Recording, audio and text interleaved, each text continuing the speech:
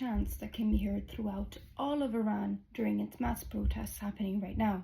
But what do ethnic minorities like Iranian Kurds actually think about this, and what's been their role throughout these protests? I decided to sit down with an Iranian Kurdish activist to better talk about this. So, I'm Katerina Divia, and I'm speaking to Sorour Khalili from the Komala party of Iranian Kurdistan, who will highlight and explain to us what's happening right now with the mass protests in Iran. And, well, we know that it started as Iranians calling for an end to the economic crisis, but there's people who also say this is a continuation of the Masa Jina Amini protests. Do you agree with this statement?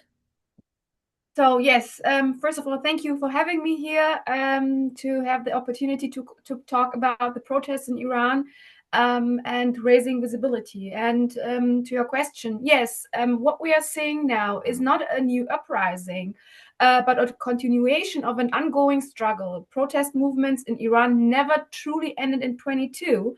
What declined was the international attention. After Jina Amini Massa uprising, the regime relied on mass repression, execution, and mass arrest to push resistance out of the public eye. Protest activity became more localized, less visible, and far more costly, but it never disappeared.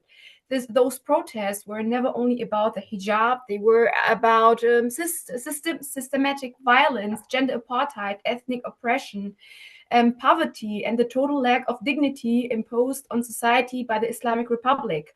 The current protests are driven by economic desperation, yes, but the political consciousness comes from that same uprising. And what the people are no longer want is killed by the regime, and at the same time they themselves face hunger, unemployment, and repression at home. Since 22, we have seen continuous labor strikes, women acts of civil disobedience, student protests, and localized uprising across the country. This struggle really made it into international headlines, right? But they sustained the movement. What we are witnessing now is an escalation, not a beginning, an accumulation of unresolved anger breaking into the open once again. Mm-hmm. And so you're talking about an escalation. I'm wondering, and I want to ask the question that's on everybody's mind. Are we witnessing the implosion? Are we seeing this breaking point of the Islamic Republic? So, the Islamic Republic is facing a multi-layered crisis. Economically, it is collapsing. Massive inflation, unemployment, water shortage, and electricity crisis have become a structural feature of every day. On the other side, at the same time, the regime's regional strategy has suffered major setbacks, and foreign adventures no longer compensate for domestic failure, while the regime still controls powerful apparatus, and that's true, of repression. It also lost societal legitimacy almost entirely. The slogans we're hearing today and all the days to openly reject the ideological foundation of the state. This may not lead to immediate collapse, but it clearly signals the beginning of a long process of implosion driven from below. Right. And speaking of repression, as an Iranian Kurd, do you see any specific role that the Iranian Kurds are playing? Do you see any specific developments within the Iranian Kurdish community? Well, reports have said that there has been a lot of solidarity from Iranian Kurds calling for shops to close down in solidarity with the protests. So, what do minorities like Iranian Kurds feel about this? Yeah, so this is a very, very important question. So the role of the Iranian Kurds and other oppressed minorities, such as Baluch, is central to the current uprising. Although these communities constitute only a small portion of Iran's population, they account for a disproportionately large share of those killed. This reflects the extreme brutality which the regime treats them and the fear it has of the political capacity. The Kurdish and Baluch regions are heavily militarized. Lethal forces is deployed more quickly, and collective punishment is common. Yet repression has not silenced the community, and on the contrary, Kurdish political movements and civil society have shown a high level of organization. This week alone, as you already said, 7 Kurdish political parties jointly called for a general strike, and it was widely observed.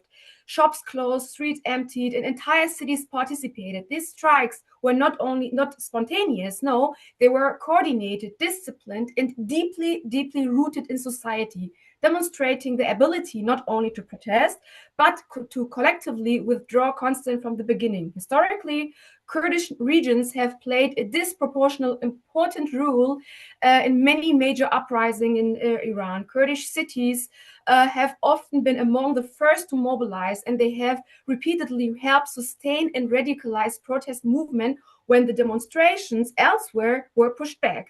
This is the result of a long tradition of political organization, strong grassroots network, and decades of collective experience in resisting state repression. Along the slogan Women, Life, Freedom itself originated from Kurdish struggle, particularly from Kurdish women movements, and has since become an undefined political language across Iran, but also worldwide. Speaking of state repression, can you give us an insight into what it was like when the Iranian royal family governed the country? Because they were exiled in 1979. Right now, the Crown Prince Reza Pahlavi is well, he's very much online right now. He's encouraging the protests. He has gone on television, mainly American television, to say that he is not opposed to being elected democratically, and he said that he's been preparing his whole life for this. Again, as an Iranian Kurd, how do you feel about this? Should we believe him when he says he wants to be elected democratically?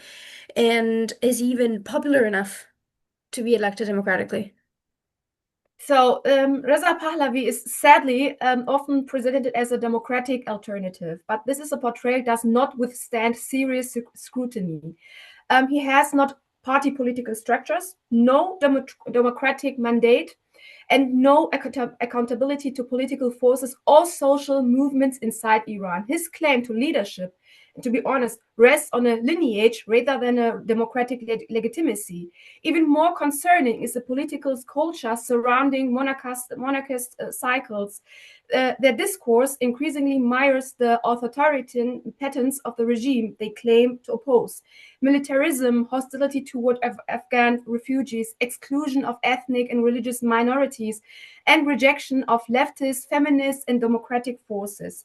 Anyone who truly wants to democratic Iran must understand that the struggle is not only against the Islamic Republic, but also against an exiled opposition that denies the diversity and political agency of Iranian society. To this day, Reza Pahlavi has not clearly distanced himself from the repression and crimes committed under his father's rules. Restoring a symbol of that past would not represent progress. It would amount to collective historical amnesia. How do people feel about American interventionism?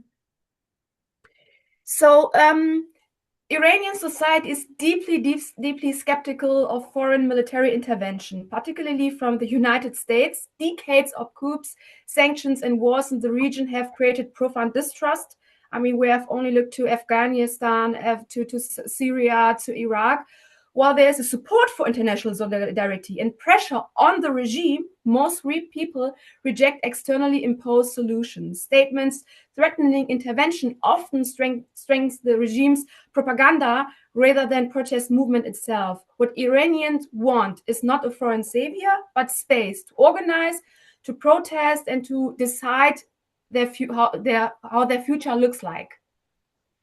So on Friday, the 9th of January, we saw that the internet has been cut off. I guess my question is, what could this actually mean? Either worsening human rights, human rights breaches in specific regions of the country where human rights breaches might be more common, or if the region just generally cannot contain the protests anymore and doesn't want any foreign interference from social media. Because again, when I was doing research for this interview, I went on X, and if you didn't know anything about Iran, you'd think that every Iranian wants Israeli intervention, American intervention, and the crown prince to come back.